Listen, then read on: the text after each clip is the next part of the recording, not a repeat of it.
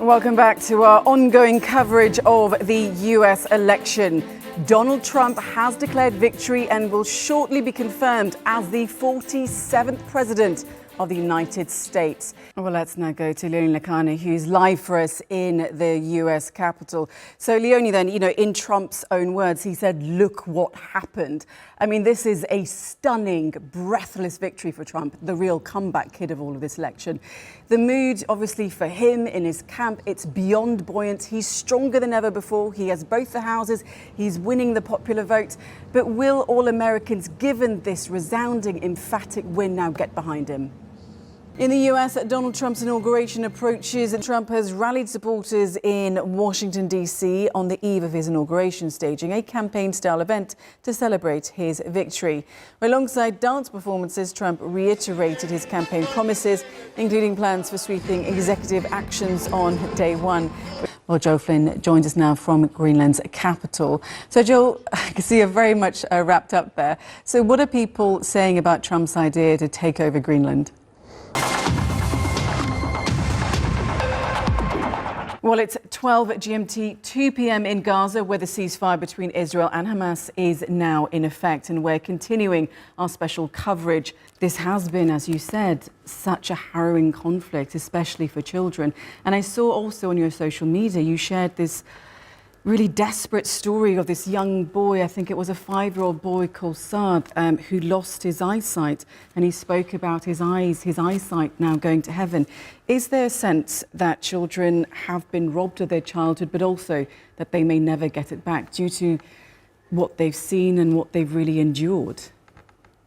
Over these past 15 months, children have absolutely been robbed of their childhood. Now, the UK says that it welcomes the expected release of their British-Israeli hostage, Emily Damari, after she, of course, was one of these 3 women who is named, who is set to be released today. So, Kubra, how important is it for Israel politically to make sure that they, of course, keep to this process and make sure that the hostages do now start coming home? Now, Ilana, one last question. We talk about all of the regional actors, the international players in this crisis, but we never seem to mention the EU anymore. The EU has long lauded itself as, a humanitarian donor, but they seem to be missing in this political process. So where do you think the EU is finally going to come in? Is it going to be during the reconstruction phase, perhaps?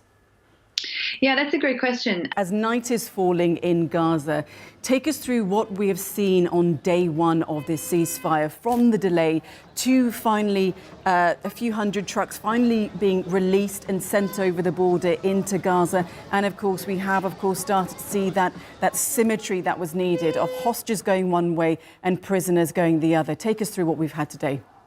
Well, for more, we're now joined by Firas Abid in Beirut. He's the Lebanese health minister. So, Minister, thank you for joining us on TRT World. So you're calling for a ceasefire, but Hezbollah has yet to respond to the truce proposal. We're not hearing much from Israel either.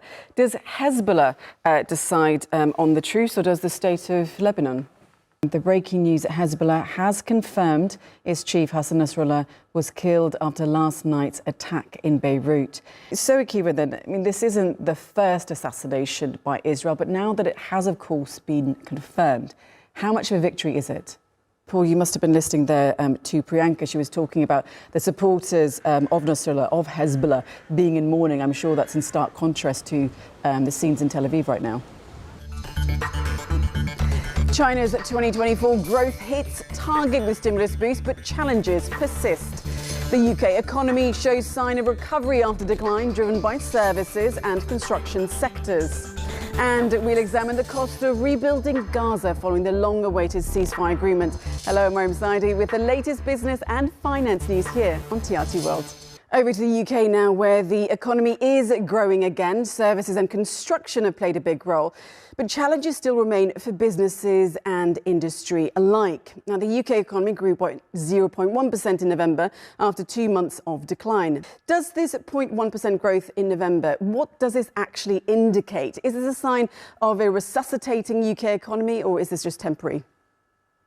I think it's temporary, and the government's doing everything it can to turn that into a negative number. Now it's day 2 in Davos, Switzerland, at the annual meeting of the World Economic Forum. Now this year, global leaders are gathering under the theme of collaboration for the intelligent age. Now, the Ukrainian President Volodymyr Zelensky is expected to speak at the forum later on Tuesday. Well, for more on this, I'm joined by Enda Brady, who joins us live from Davos in Switzerland. And very jealous of where you are right now. But Zelensky, he arrives today. And as, of course, we approach the war's 3rd anniversary, we've got donor fatigue, momentum is being lost. So what will his message be? Vladimir, just this last question, very, very quickly. Is this fight for Ukraine the biggest fight of your life? It's not just about my life. It's about life of millions of Ukrainians. It touches all of us, and it's extremely important for all of us. So let's stay together in one front against this aggression, against the evil. And eventually, we will conquer and win. We will conquer the evil, and we will. We will prevail, because our will is stronger than any army and any weapon. Thank you. Thank you so much. Slava Ukraini. Thank you so much to Jonathan, Marta, and of course, the former heavyweight champion of the world, Vladimir Klitschko. Well, that's your news for now, but we'll have more news with Yashni coming up at the top of the hour, so keep watching.